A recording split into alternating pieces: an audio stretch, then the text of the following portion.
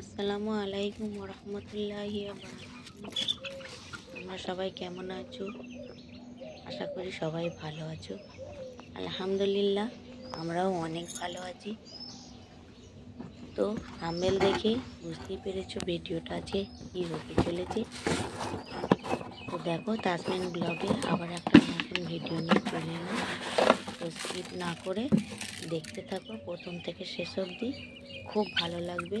আজকের ভিডিওটা খুবই স্পেশাল হতে চলেছে। তো চলো তোমরা দেখতে থাকো। আজকে আমার খাজা বাবার ঔরস। আজকে 6 তারিখ, রজব মাসের 6 তারিখে খাজা বাবার ঔরস হয়। তো প্রত্যেক বছর আমাদের বাড়িতে এই ঔরস পালন করা হয়। তো তোমাদের সাথে আজকে এই ঔরসটা কেমনভাবে আমাদের বাড়িতে পালন করা হয় সেটাই তোমাদের সাথে আজকে শেয়ার করব। তো দেখো, খাজা বাবার আমাদের একটা ছবি আছে, তো সেটার একটা ভিডিও করেছি। তো চলো তোমরা দেখো। খাজা বাবার ঔরস 2025 সালের 813তম ঔরস হচ্ছে। তো খাজা বাবার দরবারে খুব সুন্দরভাবে এই ঔরস পালন করা হয়। ফোনে দেখি তো খুব ভালো লাগে দেখতে, খুব সুন্দর লাগে, আর যেতে মন চায়। তো যাইনি, যাবার একটা ইচ্ছা আছে। তো আমার আল্লাহ যেন আমাদের খাজা বাবার দরবারের রওজা মুবারকের জিয়ারত করতে পারি, সেই তৌফিক দান করুক, আমিন। আর সব ভিউয়ার্সরা আমার জন্য দোয়া করো যেন আমি আমার খাজা বাবার দরবার যেতে পারি। আর তোমাদের কাদের কাদের যাওয়ার ইচ্ছা আছে তোমরা কিন্তু অবশ্যই জানিও। আর কারা কারা খাজা বাবার দরবার ঘুরে এসেছো তারাও অবশ্যই জানিও। তো আজকের ভিডিওটা প্রথম থেকে শেষ অবধি দেখো, খুব ভালো লাগবে।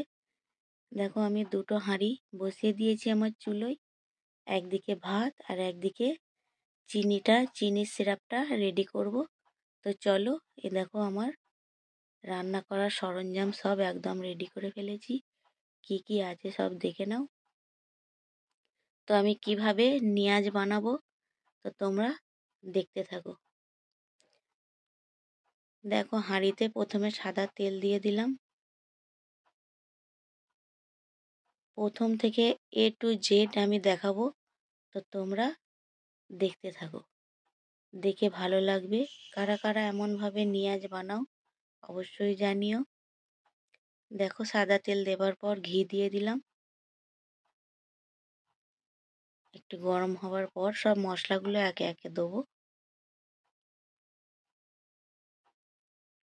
দেখো কি কি আছে: তেজপাতা, লবঙ্গ, দারচিনি, এলাচ, বাদাম আর কিচমিচ। তো প্রথমে দিয়ে দিলাম এলাচ, তারপর দারচিনি। একে একে সব মশলাগুলো দিয়ে দেবো, দিয়ে একটু হালকা ফ্রাই করে নেব।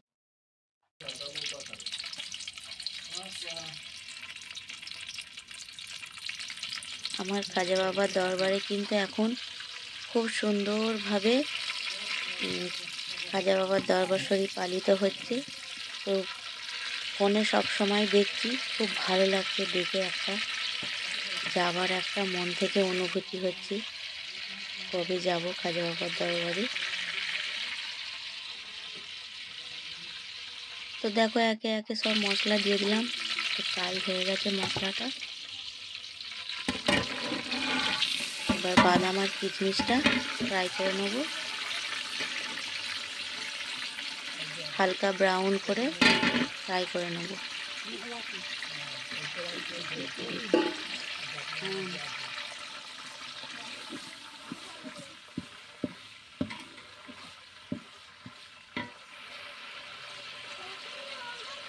আমাদের বাড়িতে কিন্তু সবাই নিয়াজ নিতে আসে একে একে, খুব সুন্দরভাবে, খুব ভালো লাগে। সবাই যখন আসে একে একে খুব সুন্দর লাগে দেখতে। আর আমাদের গ্রামে কিন্তু সব কিছুই অনুষ্ঠান হয়। আমাদের বাড়িতে তো বিশেষ করে নবী দিবসে নিয়াজ করা হয়, বিরিয়ানি করা হয়, তারপর গস পাকের ঔরসে করা হয়, খাজা বাবার ঔরসে করা হয়। সব কটা ঔরসেই মোট কথা মিষ্টি দেওয়া হয়, নিয়াজ করা হয়, বিরিয়ানি করা হয়, যখন যা হয় আর কি। তো আজকে এই খাজা বাবার ঔরসটা তোমাদের সাথে শেয়ার করলাম, কিভাবে নিয়াজ করব, কিভাবে সবাইকে দেবো। তো চলো, দেখো আমার কিশমিশ বাদাম ব্রাউন করে ভাজা হয়ে গেছে। ভাজা হয়ে যাবার পর আমি চিনিটা দিয়ে দিলাম। চিনিটা দেখো নেড়ে চেড়ে কিছুক্ষণ নেড়ে একটু পানি দিয়ে দেবো। পানি দিয়ে চিনিটা যখন গলে যাবে একদম, তারপরে ভাত দিতে হবে। তো চলো দেখতে থাকো, ভালো লাগবে। খুব সুন্দর লাগছে দেখতে, দেখো। তোমরা অবশ্যই বাড়িতে অল্প করে বানিয়ে দেখো। আমি বানাচ্ছি কিন্তু 2.5 কেজি চাল, 2.5 কেজি চিনি। যতটা চাল নেবে ততটাই পরিমাণ চিনি দিতে হবে। বাকি মশলা তোমরা তোমাদের অনুযায়ী মতো দিয়ে নেবে। দেখো আমার ভাত একদম রেডি হয়ে গেছে, আর এদিকে আমার চিনিটাও পুরো একদম গলে গেছে। চিনিটা কিন্তু তোমরা যারা নতুন একদম, চিনিটা একটু চেক করে নেবে। একটা পেয়ালায় পানি দিয়ে দেখবে, রসটা দেবে, দেখবে ডালা মতো হয়ে যাবে, তাহলে জানবে চিনিটা তোমার রেডি হয়ে গেছে। তো সেই পর্যায়ে আমি একটু জাফরান দিয়ে দিলাম। জাফরানটা যখন ফুটে যাবে, তারপরে ভাতটা দিয়ে আমি নেড়ে চেড়ে নেবো। তো দেখো আমার জাফরান দিয়ে ফুটে গেছে, চিনিটা, সিরাপটা রেডি হয়ে গিয়েছিল। তো ভাতটা একে একে আমি দিয়ে দিচ্ছি।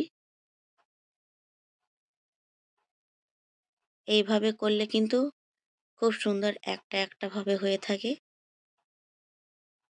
আর ভাতটা কিন্তু সব সময় 70% কুক করতে হবে। এর থেকে বেশি করলে কিন্তু গলে যাবে আর চ্যাটচ্যাটে থাকবে, ঝরঝরে হবে না।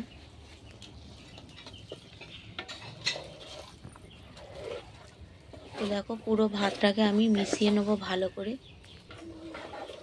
কালারটা যেন সব ভাতের সাথে ভালো করে মিশে যায়,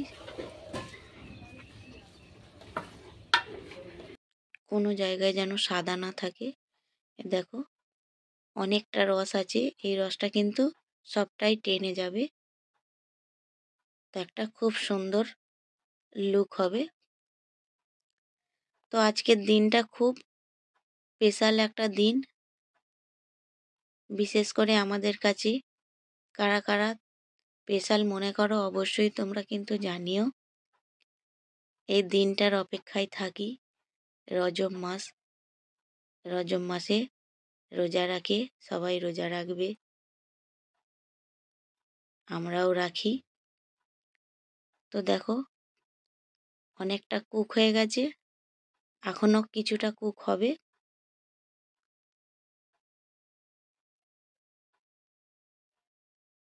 প্রায় 10-15 মিনিট পর দেখো খুব সুন্দর, দেখো আমার নিয়াজ হয়ে গেছে, একদম রেডি। লুকটা দেখো খুব সুন্দর হয়েছে, আর একটা একটা খুব সুন্দরভাবে দেখা যাচ্ছে। দেখো আমি বসে পড়েছি নিয়ে, নিয়াজ আর মিষ্টি নিয়ে বসে পড়েছি। একে একে সব আসবে, ছোট ছোট ছেলেরা সবাই আসবে নিতে। তো খুব ভালো লাগে, এই অনুভূতিটা কিন্তু আমার খুব ভালো লাগে। সবাইকে একে একে দিই, খুব সুন্দর লাগে। দেখো সবাই এসে পড়েছে, একে একে আসবে আর সবাইকে দেবো। খুবই আমার ভালো লাগে, তো বলে বোঝাতে পারবো না। এই দিনটা যখন আসে, অনুভূতিটা বলে বোঝানো যায় না।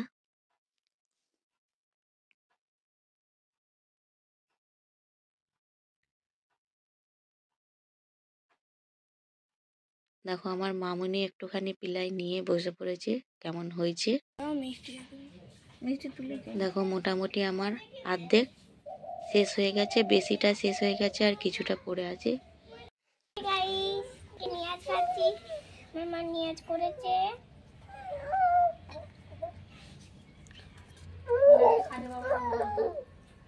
আজকে খাজা বাবার ওরস হচ্ছে। আরাম মাম খাবে, আছো আছো আছো, আলাম আছো আছে গো, আচ্ছা আরাম আচ্ছা।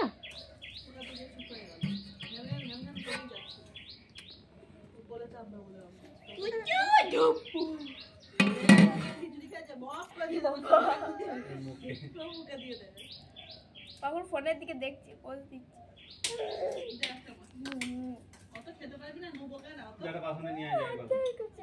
2025 সালে 813তম ঔরস আমার খাজা বাবার ঔরস হয়ে গেল। খাজা বাবা মঈনুদ্দিন দরবার শরীফে খুব ধুমধাম করে কিন্তু এই ঔরস পালিত হয়। দেখতে এতটাই ভালো লাগে তো বলার কথা নয়। তো এখানে দেখো একটা মিষ্টি বেবি খুব সুন্দর লাগছে, হিজাব পরে দাঁড়িয়ে আছে। আর এদিকে আমার মামুনি একজন পাশের বাড়িকে দিতে যাচ্ছে। তো দেখো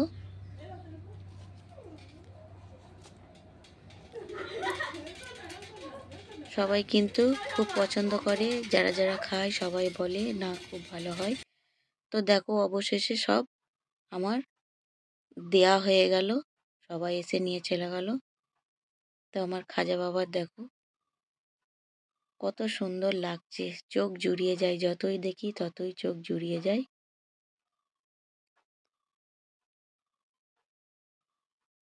মাশাআল্লাহ কত সুন্দর লাগছে। তো আজকের মতো এতটাই। আল্লাহ হাফেজ, তোমরা সবাই ভালো থেকো।